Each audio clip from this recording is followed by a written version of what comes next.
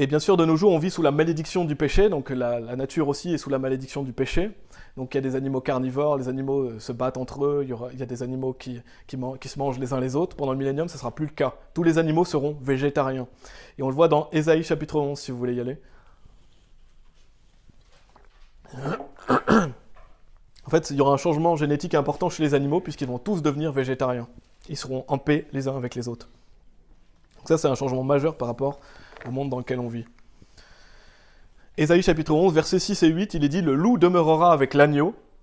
C'est pas quelque chose qu'on voit couramment aujourd'hui, le loup demeurera avec l'agneau. Si un agneau demeure avec un loup, généralement il est mangé. Et le léopard dormira avec le chevreau, et le veau et le lionceau et le bétail gras seront ensemble. Et un petit enfant les conduira. Et la vache se nourrira avec l'ours.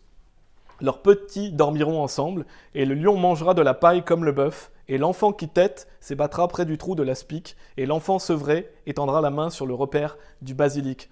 Et j'aime bien, on voit encore dans ce passage toute la douceur et le raffinement de Dieu, c'est un petit enfant les conduira. Et je trouve ça magnifique, ça veut dire que les enfants pourront jouer avec des léopards et pourront jouer avec des lions, et quel enfant ne désire pas jouer avec un vrai lion? Et quel adulte aussi ne voudrait pas jouer avec un vrai lion? En tout cas, c'est mon cas, ce sera des choses qu'on pourra expérimenter même nous-mêmes aussi, jouer avec les animaux et avoir un rapport plus étroit avec la création de Dieu. Donc c'est un temps de paix, même au niveau du règne animal. Et Dieu va donc intervenir pour changer cela. Et on a un autre passage un peu similaire, c'est le verset 25 d'Ésaïe 65. On le voit dans Ésaïe chapitre 11, « Le loup demeurera avec l'agneau, et le léopard dormira avec le chevreau, et le veau et le lionceau et le bétail gras. » Imaginez aujourd'hui, un lion dormir à côté d'un veau, c'est pas quelque chose qui est courant, mais ça sera courant au millénium.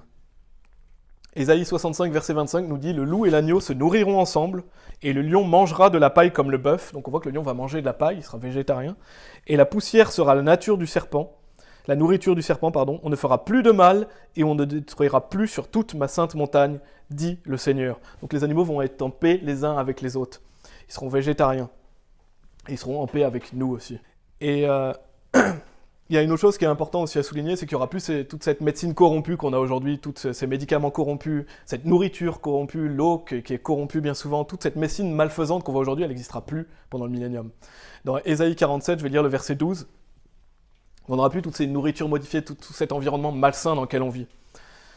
Ésaïe 47, verset 12 nous dit « Et près de la rivière, sur son bord, d'un côté et de l'autre côté, grandiront des arbres pleins de nourriture dont le feuillage ne se flétrira pas.